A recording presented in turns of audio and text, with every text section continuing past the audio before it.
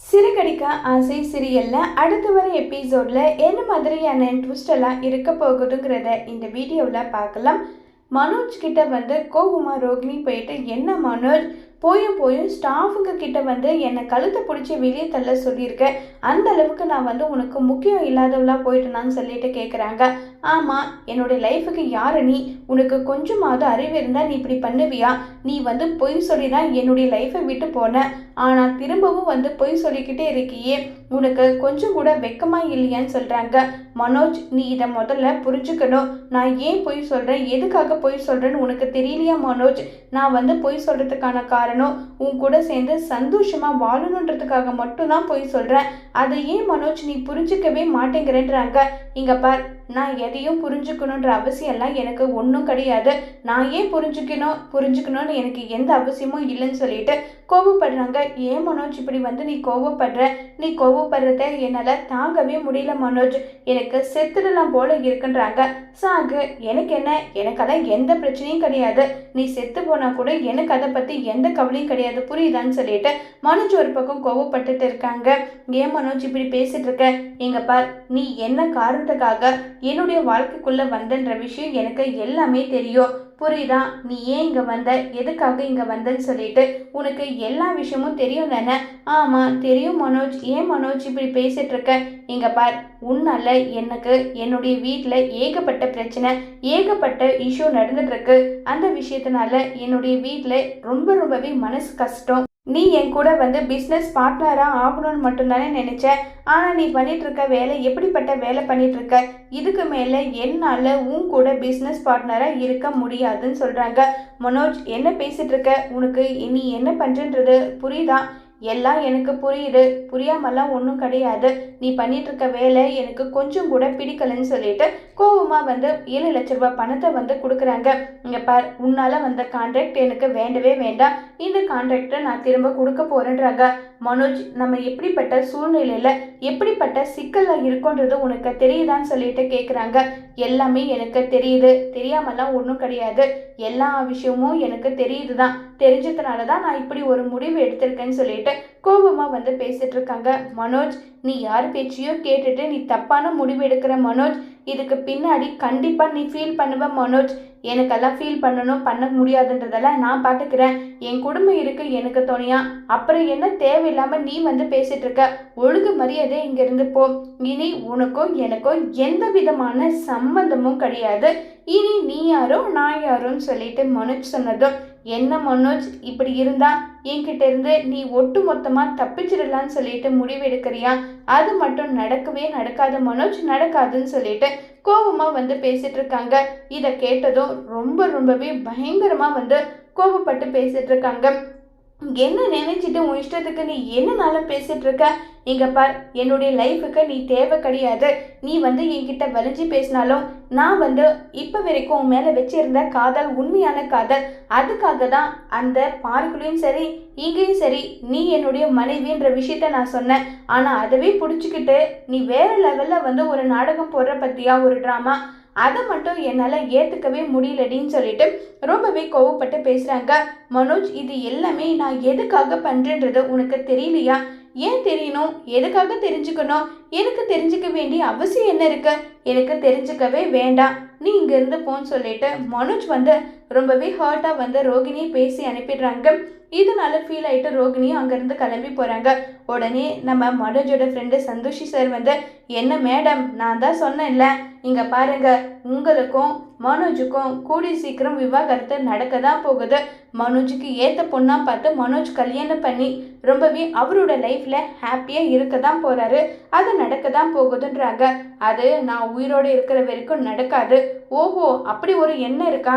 அப்படி ஒரு எண்ணம் இருக்கிறவங்க கோர்ட்டில் உண்மையை சொல்லி அவர்கிட்ட இருந்து நீங்கள் பிரிஞ்சிருந்தா கூட என் ரோகிணி என்னை கல்யாணம் பண்ணிக்கிறதுக்காக தான் உண்மையே சொல்லியிருக்கான்னு சொல்லிட்டு அவனுக்கு கொஞ்சம் கியூரியாசிட்டியாவது வந்திருக்கும், ஒரு விதமான இறக்கமும் வந்திருக்கும். ஆனால் பொய்க்கு மேலே பொய், இப்படியெல்லாம் சொன்னால் யார் உன் கூட சேர்ந்து வாழுவாங்க சொல்லுமா? யார் உன் கூட சேர்ந்து வாழுவாங்கன்றாங்க.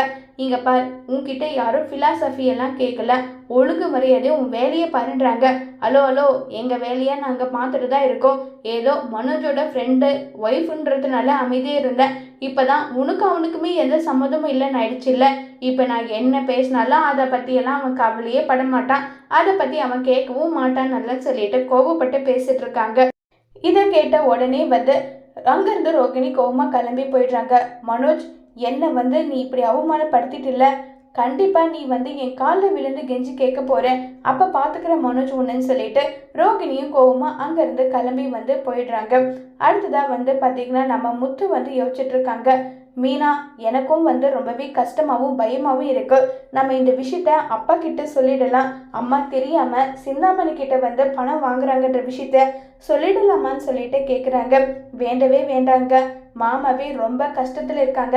ரோகிணி இப்படி பண்ணிட்டு போனதுல இருந்து இப்போ வரைக்கும் அவ்வளோ கஷ்டம் மாமாவுக்கு. வயசானாலும் நிம்மதின்றதுக்கு மாமாவுக்கு இல்லை. இந்த பிரச்சனையை எப்படியாவது நம்மளே முடிக்கிறதுக்கு ஏதாவது ஒரு வழி இருக்கான்னு சொல்லிட்டு நம்மளாவே ஏதோ ஒரு வழியை பார்க்கலாமேன்றாங்க. என்ன சொல்கிற மீனா, நம்மளால என்ன பண்ண முடியும்? ஏங்க அவளுக்கு எதிராக நம்மளால எதுவுமே பண்ண முடியாதா? கண்டிப்பாக அவளுக்கு எதிராக நம்மளால எல்லாமே பண்ண முடியும். அவள் நினைச்சிட்டு இருக்கா இல்லை, அதை ஒட்டு மொத்தமாக அவளுடைய திட்டத்தை எல்லாமே தகடுபுடி ஆக்கிறது நம்ம கிட்ட இருக்கு. அவ என்ன பிளான் போட்டு வச்சிருக்கா, எதுக்காக இப்படி பண்ணிட்டு இருக்கான்ற விஷயம் மட்டும் நமக்கு தெரிஞ்சா போதும். மீதி எல்லா விஷயத்தையும் நான் பார்த்துக்கிறேன்றாங்க. அதை அவ வாயிலே வர வைக்கணும். என்ன திட்டத்தோட இருக்கான்ற விஷயம் நமக்கு தெரியணும். அதுதாங்க எப்படி பண்றதுன்னு தான் தெரியலன்றாங்க. அதுக்கு தான் நான் இருக்கேன் இல்லை, நான் பார்த்துக்கிறேன், நீங்க எதுக்காக ஃபீல் பண்றீங்க, விடுங்க. என்ன மீனா சொல்ற, என்ன பண்ண போற, அதையெல்லாம் நான் பார்த்துக்கிறேன், விடுங்கன்னு சொல்லிடுறாங்க. சரி மீனா, நீ இந்த அளவுக்கு நம்பிக்கையே சொல்றீங்கன்னா ஏதாவது ஒன்று செய்வேன்ற நம்பிக்கை எனக்கு இருக்கு, கண்டிப்பா அது நடக்கும், எனக்கு அந்த நம்பிக்கை இருக்குன்னு சொல்லிட்டு பைக்கரை சந்தோஷமா முத்து அந்த பிரச்சனையில இருந்து ஒதுங்கிக்கிறன்ற மாதிரி சொல்லிட்டு போயிடுறாங்க. இப்படி சொன்னதுமே பயங்கரமா சந்தோஷப்பட்டுட்டு ரொம்பவே சந்தோஷத்துல இருக்காங்க. இப்போ நம்ம மீனா இப்போ ஸ்ருதி கிட்ட ஐடியா கேட்குறாங்க. ஸ்ருதி, நம்ம சிந்தாமணி நம்ம ஆண்டி கிட்ட இருந்து ஏதோ பெரிய விஷயமா ஏதோ ஒரு விஷயத்த அவங்க பண்ணுறாங்க, அது என்னன்றதை கண்டுபிடிக்கணும், அதுக்கு ஐடியா ஏதாவது இருந்தா சொல்லுங்கன்னு சொல்லிட்டு கேட்குறாங்க. என்ன மீனா, நீங்களே எந்த அளவுக்கு பிரில்லியண்டானவங்க, நீங்கள் என்கிட்ட கேட்குறீங்களேன்றாங்க. ஸ்ருதி அது வந்துடுறாங்க. சரி, நம்ம பார்வதி ஆன்ட்டியும் பயங்கர க்ளோஸ், அதே இடத்துக்கு தானே சிந்தாமணியும் வராங்க. அவங்க ஏதாவது ஒரு க்ளூ பண்ணுற மாதிரி ஏதாவது ஒரு விஷயம் பண்ணுறாங்களா மாஸ்டர் அப்படின்னு சொல்லிட்டு நம்ம ஆன்ட்டிக்கிட்ட இருந்து ஏதாவது உண்மையை கறக்குறாங்களான்ற விஷயத்த நம்ம பார்த்தாவே எதுக்காக பணம் கொடுக்குறாங்க என்ன ஏதுன்ற விஷயத்த நம்ம கண்டுபிடிச்சிடலாம். ஆனால் நம்ம இருக்கும்போது அவங்க டிஸ்கஸ் பண்ண மாட்டாங்களே, அது தெரியும் மீனா. அதனால தான் பார்வதி ஆன்ட்டி கிட்ட ஏதாவது ஒரு கேமராவை செட் பண்ண சொல்லி அது மூலிமா அவங்க என்ன டிஸ்கஸ் பண்ணுறாங்கன்றத வீடியோ எடுத்துக்கலாம். சூப்பர் ஸ்ருதி, இது நல்ல ஐடியாவே இருக்கு. கண்டிப்பாக பார்வதி ஆண்டி எனக்கு உதவி பண்ணுவாங்க. சரி மீனா, அவங்க வர்றதுக்குள்ளே போயிட்டு இதை நடத்தி வச்சிடலாம் வாங்கன்னு சொல்லிட்டு ஸ்ருதியும் மீனா ரெண்டு பேருமே பார்வதியோட வீட்டுக்கு போகிறாங்க. ஆன்ட்டின்னு சொன்னதும், வாமா மீனா, எப்படி இருக்க, நல்லா இருக்கியா? என்ன மீனா, கோர்ட்டில் இப்படி வழக்கு இப்படி போயிட்டுருக்கன்றாங்க, உங்களுக்கே தெரியாதா ஆன்ட்டி ரோகிணி எப்படிப்பட்டவன்னு சொல்லிட்டு, அவள் நினைச்சதை நடத்தி முடிக்கணும்னா எப்படிப்பட்ட எல்லைக்கும் போகிறவ, அது உங்களுக்கு என்ன தெரியாதான்றாங்க. தெரியாத போய் இருக்குமா, விஷயம் எல்லாமே தெரிஞ்சது. பாவம் விஜயா ரொம்பவே ஃபீல் பண்ணாடுறாங்க. ஆமாம் ஆண்டி, சிந்தாமணியும் இங்கே வந்துட்டு தான் இருக்காங்களா?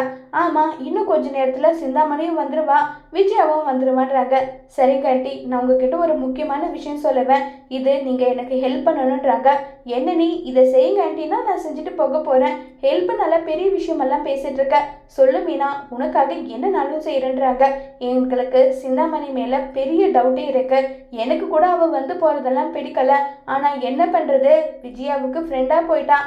விஜயாவுக்கு ஏதோ உதவி பண்ணுறான்றதுக்காக அவளை விட்டு வச்சிருக்கேன். அவள் என்ன பண்ணிட்டு இருக்கா, அது என்னன்றது எங்களுக்கு இப்போ வரைக்கும் கன்ஃபார்மாக தெரியல. அதுக்காக தான் நான் உங்களுடைய வீட்டில் சிசிடிவி கேமரா ஒன்று ஃபிட் பண்ண போகிறோன்னு சொல்லிட்டு இருக்காங்க. எதுக்காக? அப்படி எதனா பெரிய திட்டமாக அவள் போடுறாளா? நான் வேணும்னா அவளை வீட்டுக்கு வர வேண்டான்னு சொல்லட்டுமா? இல்லை, அப்படி பண்ணிட்டீங்கன்னா அவள் என்ன திட்டம் போடுறான்றது கடைசி வரைக்கும் நமக்கு தெரியாமையே போயிடும். அதனால் அவள் வரட்டும், அப்படி என்னதான் திட்டம் போடுறாங்கன்றது எனக்கு தெரியணும், அதுக்காக தான் சொல்கிறாங்க. ஓ அப்படியா, சரி, இங்கே பாருங்க ஆண்டி, நீங்கள் என்னுடைய மாமியார் வந்ததுக்கு அப்புறமாவோ அதே மாதிரி அவங்க ரெண்டு பேரும் மீட் பண்ணி ஏதாவது ரகசியம் பேசுகிற மாதிரி இருந்தால் ஹால்லே விட்டுட்டு எங்கே கேமரா இருக்கோ அதுக்கு நேராக விட்டுட்டு நீங்கள் கிளம்பி போயிடுங்க. அவங்க ரெண்டு பேரும் பேசுறது ஆடியோவோட நமக்கு ரெக்கார்ட் ஆனாதான் அவங்க என்ன திட்டம் போடுறாங்கன்றது எனக்கு தெரியும்னு சொல்லிட்டு மனசுல நினைக்கிறாங்க. சரி சரி, நீங்க முதல்ல போங்க, ஒருவேளை உங்களை பார்த்துட்டா இது திட்டம் எல்லாமே வீணா போயிடும். ஸோ நீங்க இங்க இருக்காதீங்கன்றாங்க. சரி ஆண்டி, நாங்க கிளம்புறோம், நான் அவங்க போனதுக்கு அப்புறமா நீங்க ஃபோன் பண்ணுங்க, நான் ஃபுட்டேஜ் வாங்கிக்கிறேன்னு சொல்றாங்க. சரிம்மா சரின்னு சொல்லிட்டு அங்கிருந்து கிளம்பி போயிடுறாங்க. இப்போ கிளம்பி போனதும் முதல்ல விஜய புலம்பிக்கிட்டே வராங்க. பின்னாடியே மாஸ்டர்னு சொல்லிட்டு சிந்தாமணி வராங்க. சிந்தாமணி வந்ததும் வாங்க வாங்கன்னு சொல்லிட்டு பார்வதி வர சொல்றாங்க. என்ன இது, இந்த பார்வதியோட நடவடிக்கை சரியில்லையே, என்ன வாங்க வாங்கன்னு சொல்லி கூப்பிடுறாங்க. சரி, நமக்கு எதுக்கு அது, அவ எப்ப கேடு கெட்டுனா போயிட்டு போறான், நம்ம வந்த வேலை நடந்தா சரின்னு சொல்லிட்டு மாஸ்டர் என்னாச்சு கோர்ட்லன்னு சொல்றாங்க. என்ன சொல்றது, நான் நினைச்சதை விட பயங்கர கிரிமினலா இருக்கா அவளை என்னதான் பண்றதோ எனக்கு ஒன்னும் புரியலன்னு சொல்லிட்டு ரொம்பவே கோபத்துல இருக்காங்க. என்ன நடந்தது மாஸ்டர்ன்னு சொன்னதும் எல்லா விஷயமும் சொல்லிட்டு இருக்காங்க. இதை கேட்டதுமே பயங்கரமா கோபத்துல இருக்காங்க சிந்தாமணி. அதானே ரோகிணியா கொக்கா, எனக்கு தெரியும் இந்த விஷயம் எல்லாம் நடக்கும்னு சொல்லிட்டுன்றாங்க. சரி, பார்வதி யோசிச்சு பாக்குறாங்க மீனா சொன்ன விஷயத்த. சரி விஜயா, நீங்க 2 பேரும் பேசிட்டு இருங்க, சிவு எனக்கு ஒரு ஒர்க்கு கொடுத்துருக்காரு, அந்த ஒர்க்கை நான் முடிக்க போறேன்றாங்க. சரி சரி போ, நீ இருந்து எந்த பிரயோஜனமும் இல்லை, எல்லாமே ஒரு பிரயோஜனமும் கிடையாது, நீ போன்னு சொன்னதும் அங்க இருந்து பார்வதி கிளம்பி போயிடுறாங்க.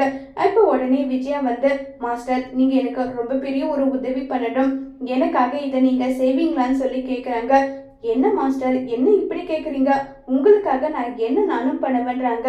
இல்ல, என்னுடைய பையனுக்கு கடன் ரொம்பவே அதிகமாயிடுச்சு, என்னுடைய வீட்டுக்கே தெரியாம அவனுக்கு கடனுக்கு பணம் கொடுக்கணும், அப்பதான் என்னுடைய பையன் லைஃப்ல இருந்து ஒட்டு மொத்தமா விலகி போவான்னு சொல்றாங்க. அப்படியா, சரிங்க, அதுக்கு என்ன பண்ணணும் சொல்லுங்கன்னு சொல்லி கேக்குறாங்க. ஒன்றும் இல்லை, நீங்க பணம் ஒரு 7 லட்சம் ரூபாய் பணம் கொடுத்தீங்கன்னா உதவியா இருக்கும். என்னது 7 லட்சமான்னு சொல்லிட்டு ஷாக் ஆகுறாங்க. இங்க பாருங்க, 7 லட்சம்ன்றது பெரிய அமௌண்ட் தான், நான் இல்லைன்னெல்லாம் சொல்லலை, இருந்தாலும் என் பையனுக்கு இது ரொம்பவே தேவைப்பட்டது, தயவு செஞ்சு உதவி பண்ணுங்கன்னு சொல்லி கேட்டதும் சரிங்க, நீங்க இவ்வளவு கேட்கறதுனால என்னால யார்கிட்டயாவது கேட்டு பார்த்துதான் ஏதோ ஒரு பதிலும் சொல்ல முடியும், சரியா? அதுக்கு ஏதாவது அத்தாச்சி கேட்பாங்களே, இப்ப டாக்குமெண்ட் ஏதாவது அதுல கையெழுத்து இந்த மாதிரி ஏதாவது கேட்பாங்க. ஆமா இல்ல, சரி சரி, என்னுடைய வீட்டோட பத்திரம் அது கூட இல்லையே, சரி நான் கையெழுத்து போடுறேன், என்ன நம்பி நீ பணத்தை வாங்கி கொடு, கண்டிப்பா நான் பணத்தை திருப்பி கொடுத்துடுவேன்றாங்க. மாஸ்டர், எனக்கு உங்க மேல நம்பிக்கை இல்லாமல ஒன்றும் இல்லை, அது வந்துடுறாங்க. சரி சரி மாஸ்டர், நான் கேட்டு பாக்குறேன்றாங்க. சரி, எனக்கு ஒரு மாதிரி தண்ணி தாகமா இருக்கு, அதனால நான் போயிட்டு பார்வதியோட கிச்சன்ல போய் தண்ணி குடிச்சிட்டு வந்துடுறேன், நீ கேட்டு சொல்லுன்னு சொல்லிட்டு அங்கிருந்து போறாங்க. போடி போ, நீ எப்படிப்பட்ட ஆளுன்னு எனக்கு தெரியாதா, நான் எப்படி காய நகர்த்தினா எப்படி எல்லாரும் வலிக்கு வராங்கன்றத கரெக்டா கெஸ் பண்ணி காய நகர்த்திட்டு இருக்கேன். எனக்கு இந்த வீடு கிடைக்க போகுது, அதை நினைக்கும் போது எனக்கு அவ்வளோ சந்தோஷமா இருக்குன்னு சொல்லிட்டு பயங்கர சந்தோஷத்துல சிந்தாமணி நின்றுட்டு இருக்காங்க. இதையும் எல்லாமே ரெக்கார்ட் ஆயிடுது. இப்போ சரிங்க மாஸ்டர், நான் கேட்டுட்டேன், அவங்க உங்களுக்கு பணம் கொடுக்கறதா சொல்லியிருக்காங்க, நீங்க வெத்து பேப்பர்ல கையெழுத்து மட்டும் போடணும், கையெழுத்து போட்டு அவங்க பணம் கொடுக்கறதுக்கு தயாரா இருக்காங்கன்னு சொல்றாங்க. ரொம்ப தேங்க்ஸ் சிந்தாமணி, நீங்க எனக்கு எவ்வளவு பெரிய உதவி பண்றீங்க தெரியுமா, ரொம்பவே நன்றின்றாங்க. மாஸ்டர் இருக்கட்டும், இதுக்கு எதுக்கு நீங்க இப்படி எல்லாம் ஃபீல் பண்ணிட்டு இருக்கீங்க, இதுக்கெல்லாம் நீங்க ஃபீல் பண்ணாதீங்க, உங்களுக்கு இதுன்னு இல்லை, எப்படிப்பட்ட உதவி வேணும்னாலும் என்கிட்ட நீங்க தாராளமா கேளுங்க, உங்களுக்கு உதவி பண்ணதானே நான் இருக்கேன்னு சொல்லிட்டு இருக்காங்க நம்ம சிந்தாமணி. சரின்னு சொல்லிட்டு அங்கிருந்து கிளம்பி போறாங்க. சரி மாஸ்டர், நான் போயிட்டு கேட்டுட்டு பணம் எப்போ எடுத்துட்டு கொடுக்கறதுன்ற விஷயத்த நான் சொல்றேன் சரியான்னு சொல்லிட்டு அங்கிருந்து போறாங்க. உடனே விஜயாவும் சரி பார்வதி, எனக்கு வேலை முடிஞ்சது, நான் கிளம்புறேன்றாங்க. ஆமா, சிந்தாமணி கிட்ட ஏதோ பேசிட்டு இருந்தியே, என்ன விஷயம்ன்றாங்க. அது ஒரு பெரிய பிரச்சனை பார்வதி, என்னுடைய பையனுக்கு பண தேவை அதிகமா இருக்கு, மனோஜ் இப்படி பண்ணிட்டு இருக்கான். ஏன் பார்வதி, இது உன்கிட்ட நான் ஏன் சொல்லணும், என்ன விஜயா, இப்போ உனக்கு நான் அந்நியன் ஆயிட்டேனா? இல்ல அப்படியெல்லாம் ஒன்றும் கிடையாது, நீ தான் இப்ப நேர்மை நீதி நியாயம் இருக்கவளே, அதுதான், வேற ஒன்றும் கிடையாது. இந்த விஷயத்த நீ அந்த பூக்கறி கிட்ட சொல்லி அது மூலியமா அவ தெரிஞ்சுக்கணுமான்றாங்க. என்ன விஜயா, உனக்கு என் மேல நம்பிக்கை இருந்தா விஷயம் என்னன்றத சொல்லு, அப்படி உன் மேல எனக்கு நம்பிக்கை இல்லைன்னு நீ நினைச்சினா என்கிட்ட விஷயத்த சொல்லாத. அப்படியெல்லாம் ஒண்ணும் இல்லை பார்வதி, இதுல என்ன நம்பிக்கை வேற நம்பிக்கை இல்லாத வேற, அதெல்லாம் ஒண்ணும் இல்லை, என்னுடைய பையனுக்கு ஒரு 7 லட்ச ரூபாய் பணத்தை சிந்தாமணி கிட்ட இருந்து வாங்கி கொடுக்கணும்னு சொல்லிட்டு சிந்தாமணி கிட்ட பணம் கேட்டேன். சிந்தாமணி கிட்ட இல்லாத பணமா இருந்தாலும் நம்பிக்கை இல்லை, அதனால யார்கிட்டயும் வாங்கி கொடுக்குறேன், அதனால வெட்டு பேப்பர்ல மட்டும் கையெழுத்து போடுங்கன்னு சொல்லியிருக்கா, அவ்வளவுதான், வேற என்னன்றாங்க. சரி சரி நான் கிளம்புறேன்னு சொல்லிட்டு அங்கிருந்து விஜயா கிளம்பி போயிடுறாங்க. விஜய் கிளம்பி போனதுமே மீனாவுக்கு கால் பண்றாங்க பார்வதி. சொல்லுங்க ஆண்டின்றாங்க. வா, அவங்க 2 பேரும் பேசினதுல என்ன உங்களுக்கு புரியும், என்ன புரிய போகுதுன்னு எதுவுமே தெரியல, ஏதோ வாமான்னு சொல்லிட்டு சொன்னதும் சரி ஆண்டி வரேன்னு சொல்லிட்டு மீனா அங்கிருந்து வந்து சிசிடிவி ஃபுட்டேஜ் எல்லாமே செக் பண்ணி பார்க்குறாங்க. அதில் செக் பண்ணி பார்த்தா என்னடா இது எதுவுமே ஒன்றுமே புரியலையே, ஒன்றுமே விளங்கலையேன்னு சொல்லிட்டு ஸ்ருதி வந்து சொல்கிறாங்க. ஸ்ருதி, எனக்கு நல்லாவே புரிஞ்சிடுச்சு, எனக்கு நல்லாவே விளங்கிடுச்சு. என்ன சொல்கிற மீனா, உனக்கு இதில் என்ன புரிஞ்சது? இல்லை, சிந்தாமணி அத்தை கிட்ட இருந்து ஏதோ ஒரு விஷயத்த வாங்கணுன்றதுக்காக தான் அத்தைக்கு பணம் நான் கொடுக்குறேன்னு சொல்லிட்டு பணம் கொடுக்கறதுக்காக வந்திருக்காங்க. இந்த ஒரு விஷயம் எனக்கு நல்லாவே புரிஞ்சது. வாவ் மீனா, எப்படி மீனா இதை நீங்கள் மட்டும் கன்ஃபார்ம் பண்ணிக்கிட்டீங்க? இவ்வளோ விஷயத்த நானும் உட்காந்துட்டு கேமராவில் நோட் பண்ணி பார்க்குறேன், ஆனால் எனக்கு எந்த விஷயமும் தெரியல, ஆனால் நீங்கள் மட்டும் எப்படி கரெக்டாக கண்டுபிடிச்சிங்கன்னு சொல்லிட்டு பேசுகிறாங்க. நான் சிந்தாமணியோட கோணத்துலேருந்து யோசிச்சு பார்த்தேன், சிந்தாமணி எப்படிப்பட்டவன்றதை நான் யோசிச்சு பார்த்தேன், வேற என்ன, வேற ஒன்றும் இல்லை ஸ்ருதி, அதுதான் சொல்லிட்டு இருக்காங்க. சரி சரி, அப்படின்னா அத்தை மூலியமா என்ன வந்து அவங்களுக்கு பாயடா கிடைக்குது, அது என்ன, வீடு தான், வீடை தவிர வேற என்ன, அவங்க அதுக்கு தான் ஏதோ பிளான் போடுறபடி இருக்கு. எனக்கு இத்தனை நாளா சிந்தாமணி டெக்கரேட் வேலை மட்டும்தான் பண்றாங்களோன்னு வந்து சந்தேகம் இருந்தது. அதுலயும் இந்த அளவுக்கு லாபம் வருமா நான் யோசிச்சுட்டு இருந்தேன். ரவுடித்தனம் எல்லாமே கட்ட பஞ்சாயத்துன்னு எல்லாம் பண்ணிட்டு இருக்காங்க. இன்னொரு வேலை ஏதோ பண்றாங்க, ஆனா அது என்ன ஏதுன்றதை உண்மையை கண்டுபிடிக்கணும்னு சொல்லிட்டு மீனாவும் அங்கிருந்து கிளம்பி வந்து போயிடுறாங்க. இப்ப முத்து கிட்ட எல்லா விஷயத்தையும் சொல்றாங்க.